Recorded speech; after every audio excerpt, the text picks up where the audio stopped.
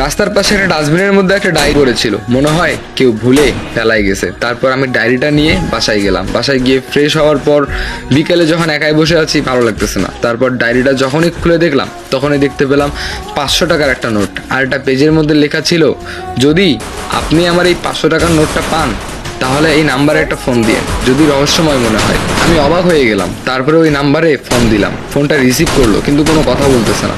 আমি বললাম, হ্যালো ভাই, আপনি কি ডায়েরিটা রাস্তায় হয়তো বা ভুলে ফেলে গেছেন, আর 500 টাকা নোট আমি একটা ভিতরে পাইছি, মানে ডায়েরিটা কি আপনার? তো দেখতেছি কোনো কথা বললো না। তারপরে ফোনটা কেটে দিল। অবাক হয়ে গেলাম। যতটা রহস্যময় মনে হয়নি 500 টাকা পাওয়ার পরে, তার থেকেও বেশি রহস্যময় মনে হচ্ছে এই ফোনটা দেওয়ার পরে। কি আজব, কথা না বলেই ফোনটা কেটে দিল। তারপরে আরও কয়েকবার ফোন দিলাম, ফোনটা কেটে দিল, ফোন আর ধরলো না। যাই হোক, ঘন্টাখানেক পর মেসেজ আসলো একটা ওই নাম্বার থেকে।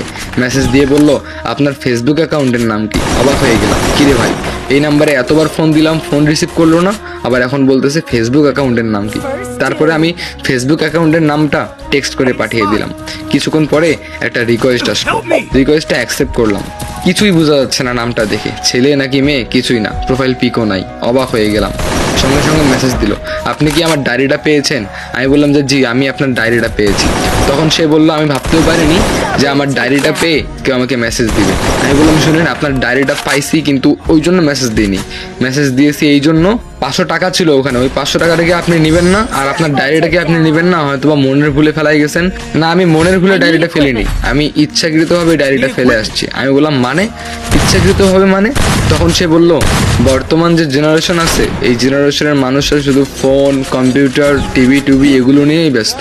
আসলে আগের যে একটা জেনারেশন ছিল, যখন শুধু চিঠির মাধ্যমে কথা হতো, ঠিক তখনকার মতো এখন আর কেউ এরকমটা করে না। সবাই ফোন টোন ইন্টারনেট নিয়ে ব্যস্ত। তাই ভাবলাম যে না, একটা কাজ করা যাক। তারপরে আমি এই ডায়েরির মধ্যে একটা 500 টাকার নোট আর আমার নাম্বারটা দিয়ে ফেলে দিয়ে আসছি ইচ্ছাকৃতভাবে। তো ভাবিনি যে আপনি এইভাবে ফোন দিবেন আমার নাম্বারে। যাই হোক, অনেক ভালো লাগলো।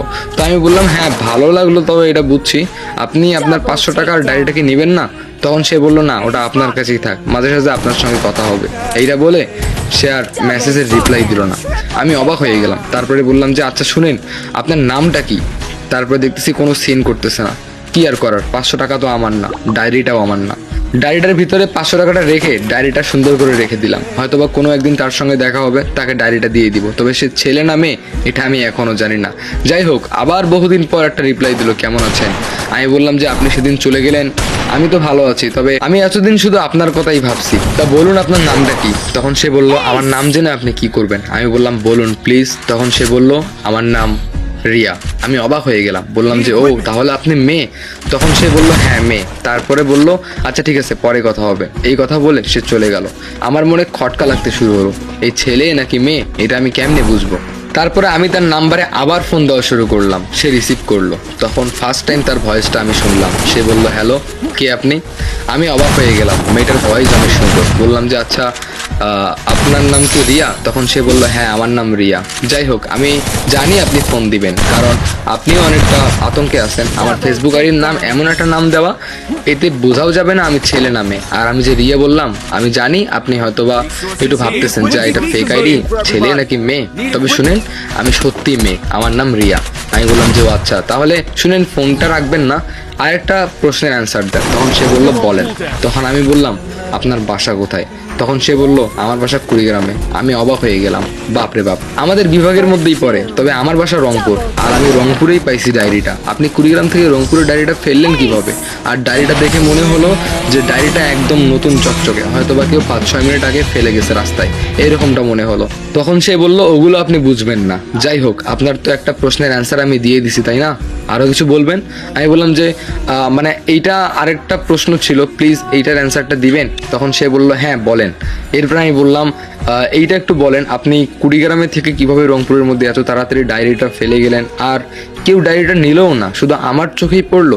তখন সে বলল, এগুলো অনেক লম্বা একটা কাহিনী, যদি কোনোদিন আপনার সঙ্গে দেখা হয় সেদিন না হয় আপনার সঙ্গে শেয়ার করব, এইটা সে বলল। তারপরে সে ফোনটা কেটে দিল। আমার আর কোনো কিছুই ভালো লাগে না, ফোন টোন ইউজ করতেও ভালো লাগে না। তারপরে তাকে আমি অনেকবার ফোন কল দিছি, কিন্তু সে আর ফোনই রিসিভ করে নাই।